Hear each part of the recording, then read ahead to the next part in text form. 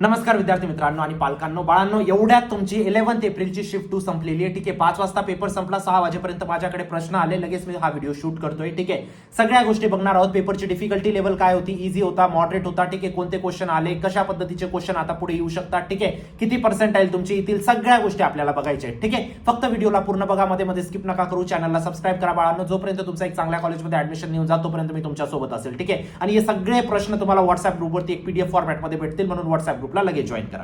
सगळ्यात पहिली गोष्ट, पेपरची डिफिकल्टी लेवल. ठीक आहे, पेपर तुमचा जर मॅथ्स बद्दल बोलायचं झालं बाळांनो, मॅथ्स थोडासा टफर साईडला होता. ठीक आहे, मॉर्निंगच्या कम्पेअर टू तो फारच टफर साईडला होता. ठीक आहे, केमिस्ट्री बद्दल बोलायचं झालं, केमिस्ट्री इझी टू मॉडरेट होता बाळांनो, आणि फिजिक्स बद्दल बोलायचं झालं, फिजिक्स तुमचा मॉडरेट टू टफर साईडला होता. ठीक आहे, जेव्हा फिजिक्स आणि मॅथ्स मॉडरेट टू टफर साईडला जातात बाळांनो, तेव्हा मॅक्झिमम चान्सेस असतात पेपर तुमचा मॉडरेट टू टफ होता.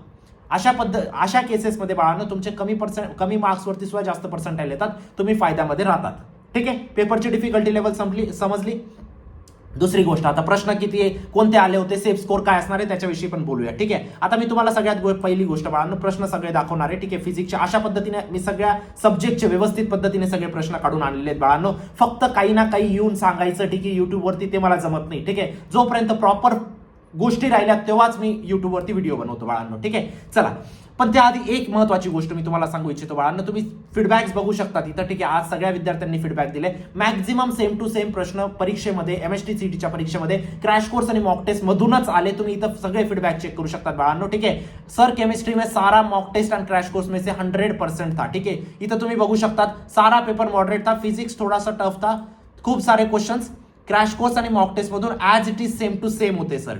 ठीक आहे, त्यानंतर sir you R genius, almost every second question in exam was from crash course and mock taste. ठीक आहे, इथं तुम्ही पॅरेंटचा सुद्धा फीडबॅक बघू शकतात बाळांनो. पॅरेंटने स्वतः सांगितलंय की मुलीला सगळ्यात जास्त प्रश्न क्रॅश कोर्स आणि मॉक टेस्ट मधून आलेले, same to same without value change. ठीक आहे, म्हणून मी सांगतोय बाळांनो, ज्या विद्यार्थ्यांचे पेपर बाकी असतील किंवा ज्यांचे झाले असतील आणि जे अटेम्प्ट 2 साठी प्रिपेअर करत असतील बाळांनो, लगेच एनरोल करा. एक दिवस सुद्धा वाया घालायचा नाही बाळांनो. मी गॅरंटी देतो, अटेम्प्ट 2 ला सुद्धा मॅक्झिमम सेम टू सेम प्रश्न इथूनच येतील बाळांनो. ठीक आहे, तुम्ही लास्ट इयरचे रेकॉर्ड चेक करू शकतात बाळांनो. सगळ्यात जास्त विद्यार्थ्यांनी COEP, VGT, Walchand, PhD, VIT, KG, संगीत, ऑटोमोबाईल, SPIT अशा कॉलेजेसमध्ये गेलेले. ठीक आहे, तुम्ही मागच्या वर्षाचं मी स्टॅटिस्टिक दाखवतो तुम्हाला. 150 प्रश्नांपैकी बाळांनो 92 प्रश्न as it is crash course आणि मॉक टेस्ट मधून आलेले होते, आणि 58 प्रश्न सुद्धा क्रॅश कोर्स मॉक टेस्ट मधून आले होते, पण त्यांच्या व्हॅल्यू चेंज होत्या. या वर्षी सुद्धा सेम गोष्टी घडत आहे बाळांनो. तुमच्या आयुष्याचा प्रश्न इथं चूक नका करू. ठीक आहे, नक्कीच एनरोल करा.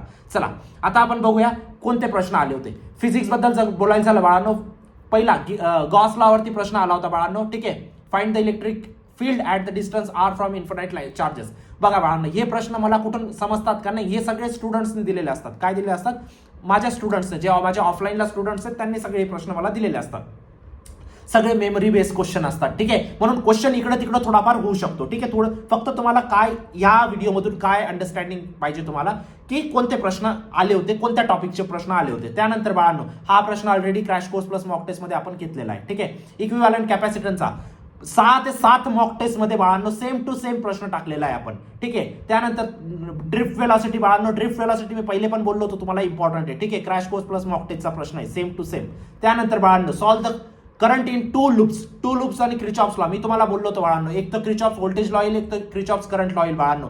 फिक्स प्रश्न असतो. ठीक आहे, शिवान सरांनी ज्यांनी तुम्हाला फिजिक्स शिकवलंय बाळांनो, त्यांनी स्वतः सांगितलं होतं की याच्यावर प्रश्न येणार आहे. ठीक आहे, आणि तुम्ही याच्यामध्ये मॉक टेस्ट नंबर 16 आणि मॉक टेस्ट नंबर 17 मध्ये बघा याचे किती प्रश्न टाकलेत आपण. ठीक आहे, त्यानंतर find radius of the circular path as it is प्रश्न मॉक टेस्ट मध्ये पण होता. मॉक टेस्ट मध्ये होता म्हणजे PYQs मध्ये पण होता बाळांनो. ठीक आहे, का रे बाळांनो, क्रॅश कोर्स आणि मॉक टेस्ट मधून सगळे प्रश्न मॅच का होतात, सेम टू सेम का प्रश्न येतात? कारण सीईटी जिथून प्रश्न विचारते ना, PYQ झालं, अदर सीईटीचे प्रश्न झालं, बोर्डाचे MCQ झालं, JEE मेनचे इझी क्वेश्चन झाले, हे सगळे आपण तिथे टाकलेले आहेत, म्हणून मॅक्झिमम क्वेश्चन मॅच होतात. ठीक आहे, त्यानंतर फिजिक्स मध्ये अजून कोणते प्रश्न आले होते बाळांनो?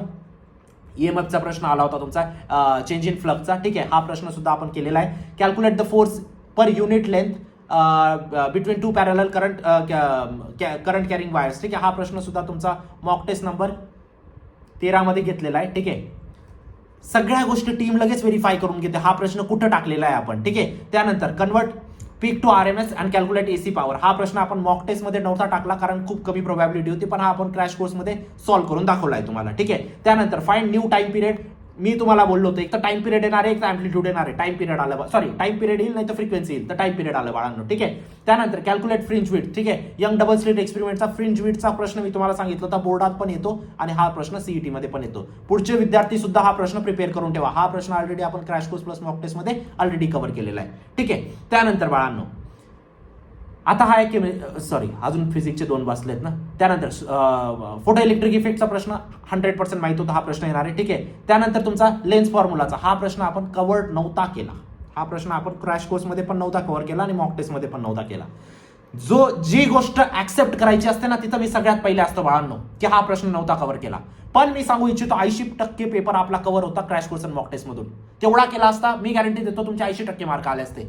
80% मार्क म्हणजे 170 मार्क, 180 मार्क बाळांनो.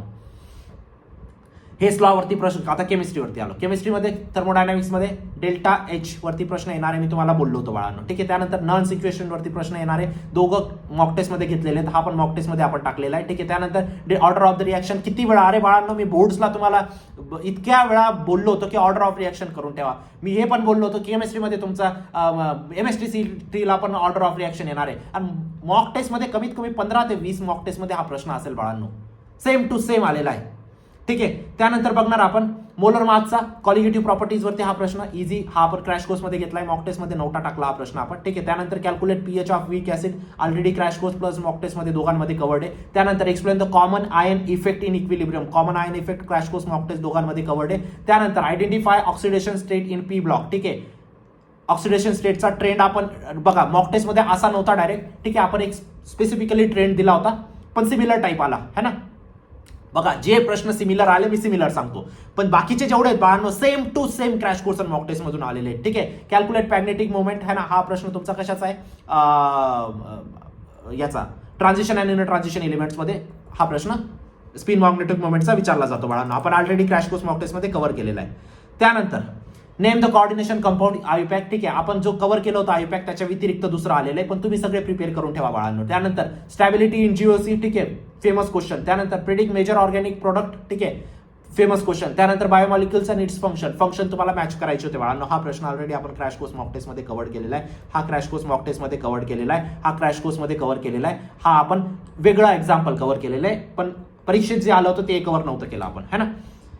त्यानंतर evaluate limit using standard expansion. ठीक आहे. हा फेमस क्वेश्चन आहे, पण लिमिट आपण 11चा चॅप्टर्सला थोडंसं कमी वेटेज दिलं होतं. मॉक टेस्ट मध्ये हा प्रश्न आहे, पण क्रॅश कोर्स मध्ये हा प्रश्न आपण कव्हर अप नव्हता केला. ठीक आहे. पण ठीक आहे, क्रॅश कोर्स मॉक टेस्ट ज्याने घेतला तर तो हा प्रश्न सॉल्व्ह करून येईल as it is without changing value. ठीक आहे. त्यानंतर LHS RHL इम्पॉर्टंट आहे बाळांनो. ठीक आहे. कंटिन्युटीचा. त्यानंतर डिफरन्शिएट चेन रूल आला होता तुमचा. ठीक आहे. मॅक्झिमा मिनिमाचा प्रश्न आला होता बाळांनो. त्यानंतर डिफिनेट इंटिग्रलचा प्रश्न आला, एरिया अंडर कर्वचा आला. सगळे क्रॅश कोर्स मॉक टेस्ट मध्ये ऑलरेडी कव्हर्ड आहेत. ठीक आहे. त्यानंतर बाळांनो solve the differential equation separation method. मी काय कोणता पण टीचर शिकवेल ना हा प्रश्न कव्हर करेल. ठीक आहे. त्यानंतर angle between two vectors dot. मी वेक्टर वरती काय बोललो होतो, एक प्रश्न येईल कोलिनियर वरती आणि एक प्रश्न येईल अँगल बिटवीन टू वेक्टर्स वरती. स्ट्रॅटेजी व्हिडिओ बघा, ज्या विद्यार्थ्याला वाटत असेल ना मी काही बोलतोय स्ट्रॅटेजी व्हिडिओ बघा, तुम्हाला मॅच होईल की बोललो होतो की नाही मी है ना. त्यानंतर एरिया क्रॉस प्रोडक्ट बोललो होतो. ठीक आहे. त्यानंतर डिस्टन्स फ्रॉम द प्लेन है ना, मी लाईनचं डिस्टन्स फ्रॉम द प्लेन आणि पॉईंटचं डिस्टन्स फ्रॉम द प्लेन दोघी गोष्ट बोलला होता. दोघं मॉक टेस्ट मध्ये क्वेश्चन होते, पण यांनी काय विचारलं, पॉईंटचं डिस्टन्स विचारलं. त्यानंतर डिटर्मिनंट युझिंग एक्सपान्शन. ठीक आहे. हे सगळे प्रश्न जेवढे पण प्रश्न आज आले होते बाळांनो 150 पैकी कमीत कमी 120 ते 130 प्रश्न as it is crash course plus mock test मधून सेम टू सेम होते, प्लस काही सिमिलर होते है ना, व्हॅल्यू चेंज थोड्याफार है ना.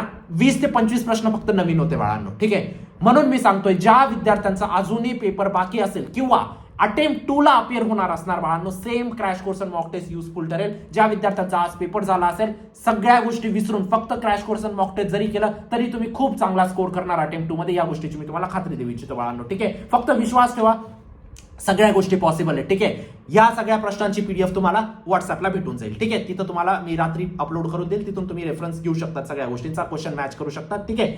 आणि व्हॉट्सअप ग्रुपला जॉईन करून ठेवा. क्रॅश कोर्स आणि मॉक टेस्ट मध्ये लगेच एनरोल करा बाळांनो, कारण लवकरात लवकर मी क्लोज करणार आहे. ठीक आहे. क्रॅश कोर्स आणि मॉक टेस्टची बॅच, जेणेकरून मॅक्झिमम विद्यार्थ्यांना फायदा होईल या गोष्टीचा. म्हणून लवकरात लवकर एनरोल करा. भेटूया नंतरच्या व्हिडिओमध्ये बाळांनो.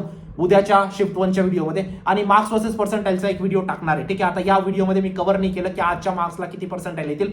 आजची शिफ्ट 1 आणि शिफ्ट 2 या दोघां मिळून एक व्हिडिओ येणार आहे, त्याच्यामध्ये मी सांगणार आहे की किती मार्क्सला किती पर्सेंटाईल भेटतील. थोडासा टाइम द्या मला. ठीक आहे, चला भेटूया नंतरच्या व्हिडिओमध्ये. तोपर्यंत बाय, टेक केअर, थँक्यू.